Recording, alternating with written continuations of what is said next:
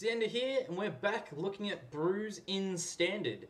Now this is one that I knocked up as soon as I found out that X-Mage had M19 on it, so we get everything before it actually comes out. So I've been playing with this deck a whole lot, and it's been winning me a heap of games, and it is a shitload of fun. So I'm going to go over the deck with you guys, and hope you guys enjoy it. I'll just talk about the deck, the main deck, and then interactions, and then hit the sideboard like we usually do. And yeah, I hope you enjoy the deck tech. So we're running a 4 of Shram Senior Edificer, which is for 1/1 white, a 2/2 legendary dwarf advisor, with whenever you cast an aura, equipment, or vehicle spell, draw a card.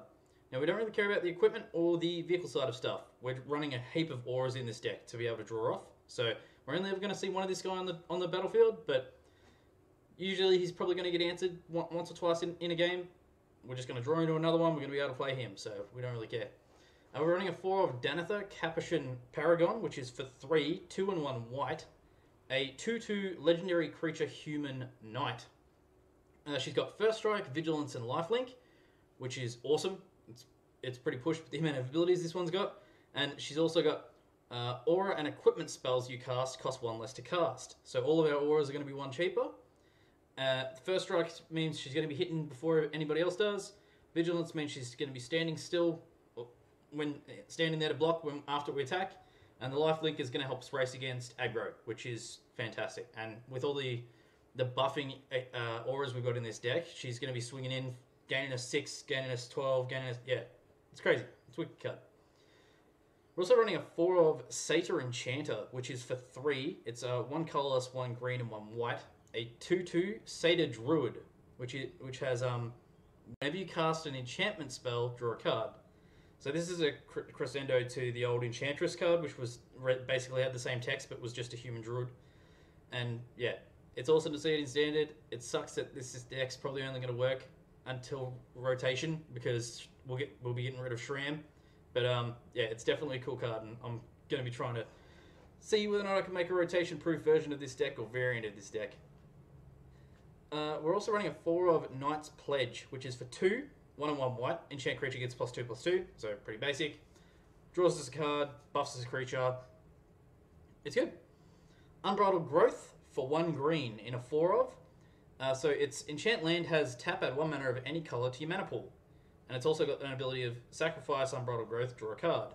So if we've got 2 of our draw card guys out, so we've got a Shram and we've got a Satyr out, we play this card for 1, we draw 2 cards. We then sacrifice it and draw another card. So in green, we have the ability to go for 1, draw 3. It is insane in this deck. We are drowning our opponents in value, and it is just so good. We're also running some answers to creatures. So we're going to be running a 4 of Luminous Bonds, which is for 3, 2/1 white. So we're also running a 4 of Luminous Bonds, which is for 3, 2/1 white. Enchanted creature can't attack or block.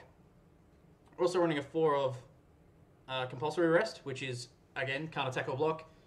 And it's for 2, so it's for 1/1 white. Enchanted creature also has 2 sacrifice this creature, gain 2 life. Now, you need to be careful when you're putting this on something, because it might be beneficial to them to have it, but like you don't want to put it on something with Embalm or something that they're just going to reanimate with like a Scarab God or something. So you just got to be mindful of what you put it on. But yeah, these are our 8 answers in the deck to creatures without going to the sideboard. So we're also running a 4 of Cartouche of Solidarity, which is just for 1.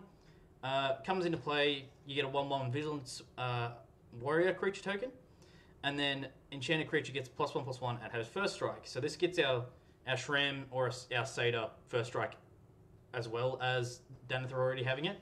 So First Strike's really relevant when Zombies is going to be so prominent at the moment, because the Death Touch is going to be an absolute killer to us having such huge creatures.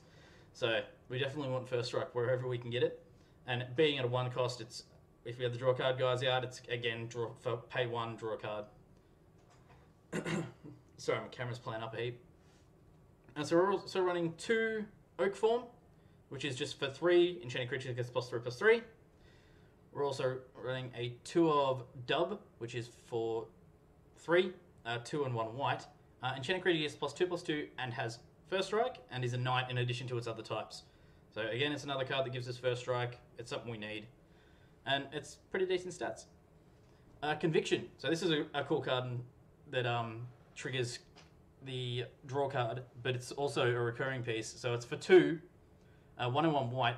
Enchanted creature gets +1/+3, but you can pay 1 white and return Conviction to your hand.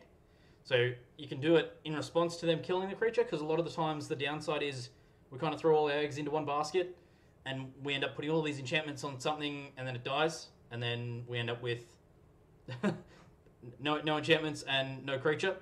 The thing you can do here is you pay the 1, bounce it back to your hand in response to them trying to kill your thing.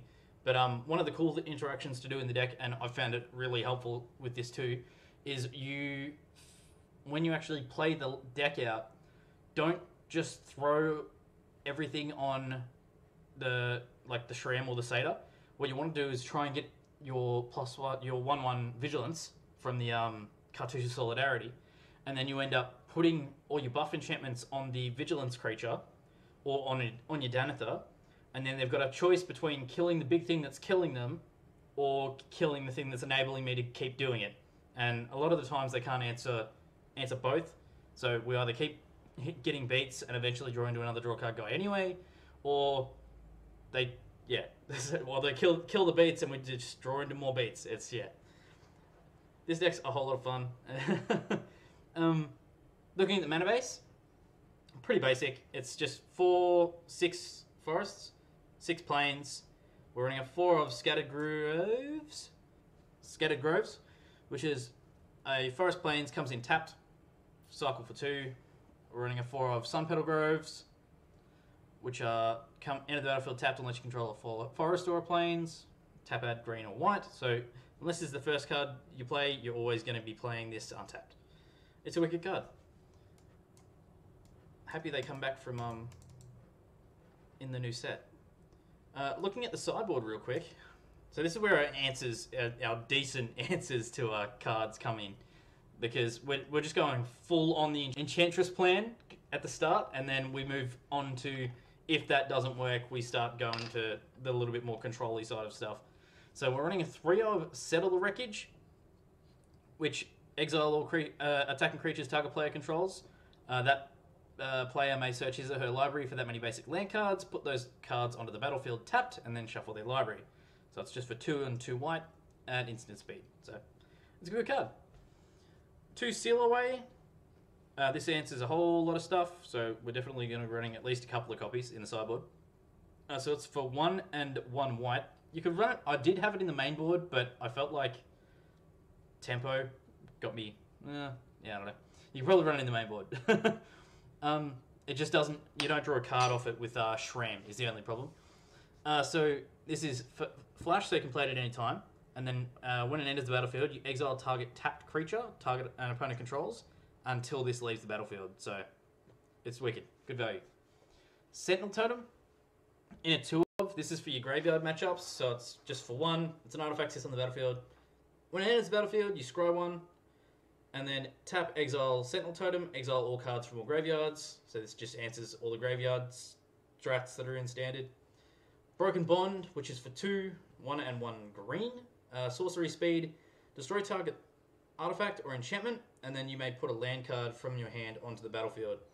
Now, you're probably just running out Naturalize because it's at instant speed instead of sorcery, but I like being able to potentially ramp off this, so I'm going to be running this in a 2 of. Also running a 2 of Cast Out, which is for 4. It's an enchantment again with flash, and then when it enters the battlefield, you exile target non-land permanent opponent controls until this leaves the battlefield. But it's also got cycle 1, so if it's a dead card in your hand, you can just pay 1 white, discard it, and draw a card. Running a 2 of Ixalan's Binding, which is another card for 4, so 3 and 1 white. Again, it's an enchantment.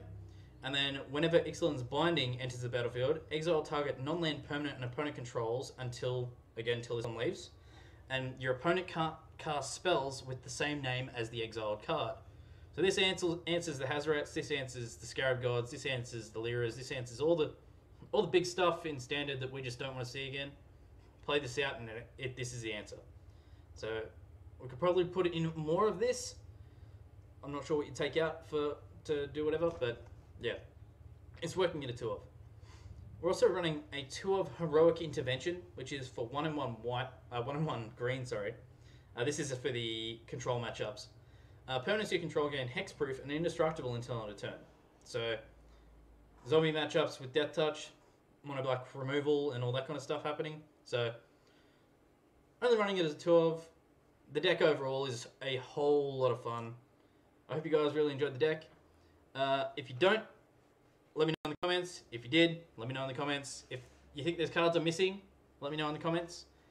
If you think I've got cards there that just don't belong in the deck, again, just everything. Let me know in the comments. Let me know how it all goes. I'm sorry for my lighting. The webcam's stuffing up for some reason.